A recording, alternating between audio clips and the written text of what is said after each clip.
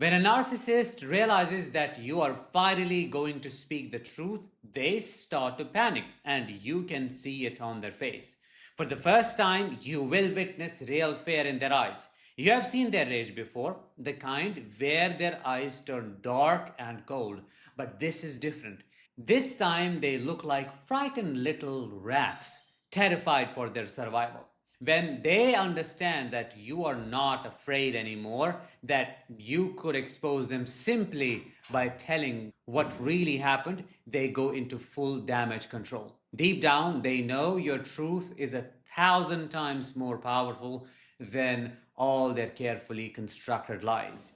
They start acting restless, cautious, and strangely polite, but underneath that fake calm, they are trembling because truth is the one thing they cannot control. So they try to get ahead of you. They begin dropping hints, twisting the story, and making people feel sorry for them before you have even said a word. They know that once your truth comes out, their entire act will collapse, and with it, the illusion of power they have lived behind all along. When they see their lies starting to come out, they will rush to defame you. They will accuse you of running a smear campaign, of trying to ruin their reputation, of being obsessed or vindictive. I'm Danish, a narcissistic abuse recovery professional. Welcome to my channel. Today we are going to uncover 5 signs the narcissist is scared you will tell the truth. The first sign is they accuse you of doxing or violating privacy.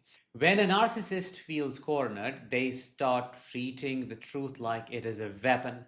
They use the word privacy to shut down your voice, even when you never mentioned their name. You can talk about your story, experience, your plan, and they will twist it into you exposed me in a bad way, you lied about me. They create this fog where suddenly everything you say feels dangerous. They want you to feel like you are the one crossing a line just by being honest.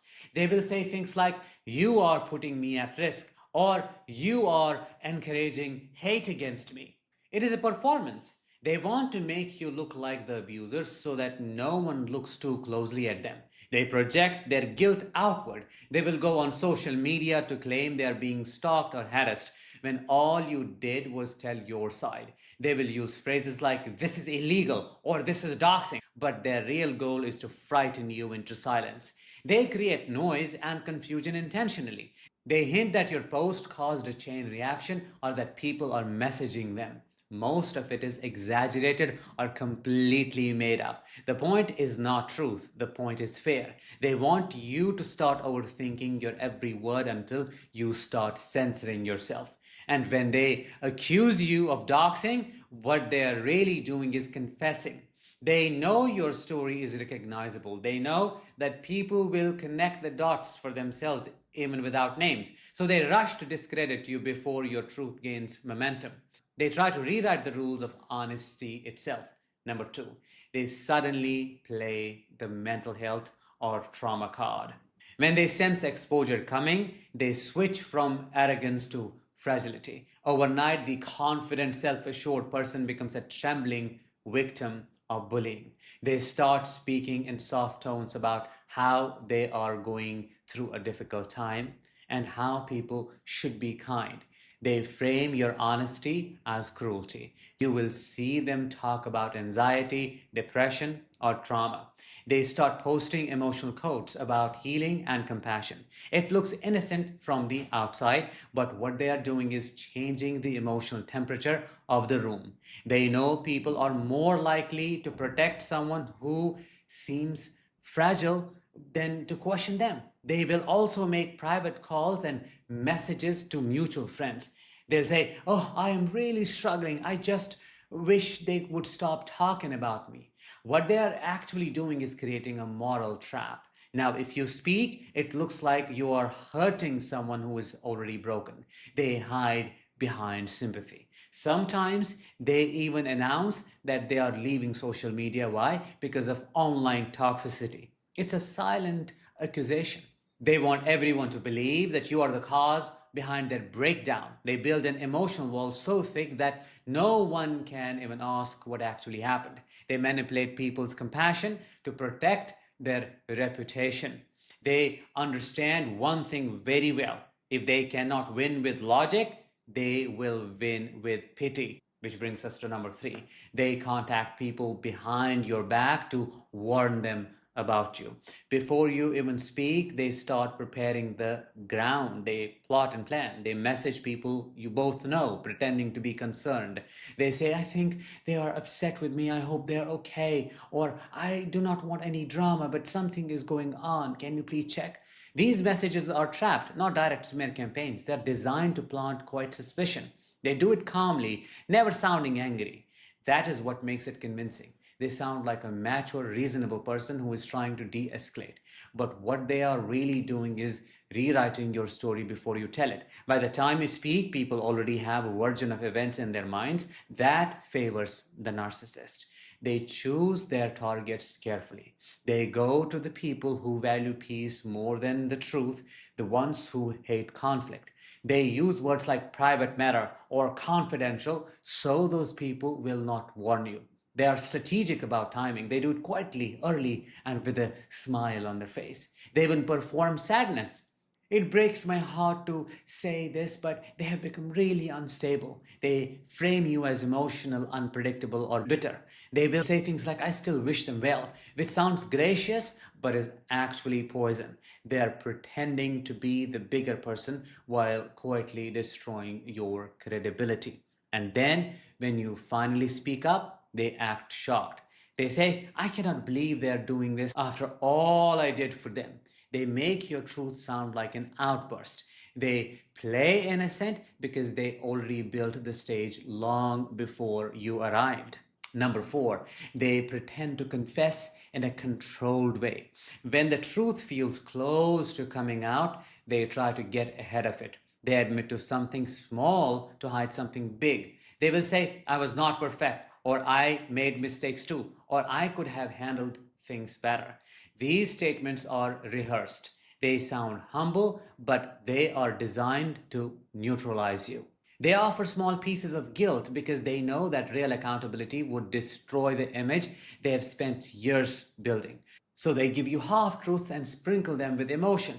It creates the illusion of honesty. People love redemption stories and they use that to their advantage. They may even cry or apologize publicly, but notice what they never do. They never name what they actually did. They never address specifics. They speak in vague sentences about miscommunication and lessons learned. It is a way of making you look unforgiving if you still talk about what happened. Sometimes they call it taking responsibility, but what they are really doing is closing the conversation before it starts. They want people to think the issue is already resolved, that you are the one who cannot move on. They are rewriting the ending while you're still in the middle of the story. They are scared of the real truth coming out, so they release a controlled version of it. It's like a leak they can manage. If they can shape how the story is told, they can survive it. It is damage control disguised as growth. And number 5, and the last one, they threaten you with legal, social, or emotional consequences. When all else fails, they turn to intimidation. You will hear words like, I will take legal action, or my lawyer will contact you. It almost never happens, but the goal is to make you panic. They rely on your fear of conflict. They want you to feel that you have stepped into something bigger than you can handle. They may not even mention the law directly, no. Sometimes they imply it. They talk about defamation or libel as if those words themselves are enough to silence you. Again, it's all performance. They are bluffing and they know it, but they count on you not knowing the difference. If legal threats do not work, they turn to social ones. They may say, I will tell everyone what kind of person you really are. They gather screenshots, twist private conversations, and turn context into weaponry. They start contacting your acquaintances, posting vague stories, or dropping passive aggressive captions. It is a social war disguised as self defense. They also use emotional threats. If you say anything, you will ruin my life. You're hurting me. They will cry, plead, of course, promise to change. It can be confusing because it mixes fear and guilt. You feel like you are the one doing something wrong for simply telling the truth. But behind the tears and threats, there is fear. They know that when truth surfaces, everything collapses. Their stories, reputation, their web of lies, all of it depend on silence. So they create a storm of consequences to make truth look costly. The irony is that the louder they threaten, the more they expose themselves. They panic. Their panic speaks louder than your words ever could. People start noticing the pattern. They start asking why someone so innocent is working this hard to stay hidden. But the truth is one: they know what they did, and you must continue exposing them safely. You must speak your truth where it matters. With that, let's bring this episode to an end. Thank you so much for listening. I will talk to you in the next one. Until then, as always, let the healing begin and continue.